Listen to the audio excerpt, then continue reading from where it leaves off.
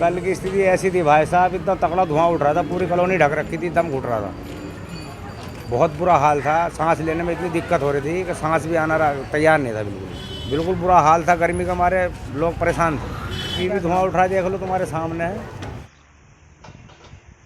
सबसे ज़्यादा खतरा ये होता है कि फटने का डर रहता है कि कहीं यहाँ फट के इस मकानों पे ना आ जाए, मरने का भी डर रहता है। आग लगी थी तो कुछ दिख नहीं रहा था, सांस से लेना मुश्किल हो रहा था। अब वैसे भी हम टीबी के मरीज हैं, बच्चों ने कहा तो निकल के देखने आए, फिर खांसी तमाम उठ गई।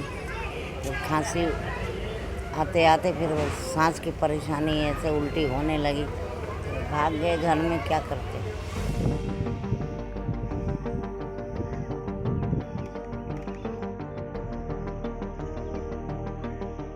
बाकी प्रदूषण आपके सामने में ऑक्सीजन के साथ हमारे अंदर बाहर आते जाते रहते हैं। और जब बारिश पड़ती है तो तमाम बदबू आती है, फिर रुका नहीं जाता है यहाँ पर। जो सालों से यहाँ रह रहे हैं वो तो रहते रहेंगे, ये तो है नहीं कि अपने निवास स्थान छोड़ के यहाँ से चले जाएं। वो कई लोग जा भी चुके हैं इसी परेशानी को लेकर, लेकिन जो यहाँ पुराने बाशिंदे हैं वो कैसे जा सकते हैं सर? उनका कारोबार यही है, रिहाइश यही है, बच्चे उनके स्कूल में पढ़ रहे हैं, उनको छोड़ के कैसे जा सकते हैं वो? सरकार से हमारी अपील है कि इसका समस्या का समाधान जल्द से जल्द किया जाए और जल्द से जल्द इस समस्या का निपटारा किया जाए। हम लोग बहुत परेशान हैं इस चीज़ को लेकर।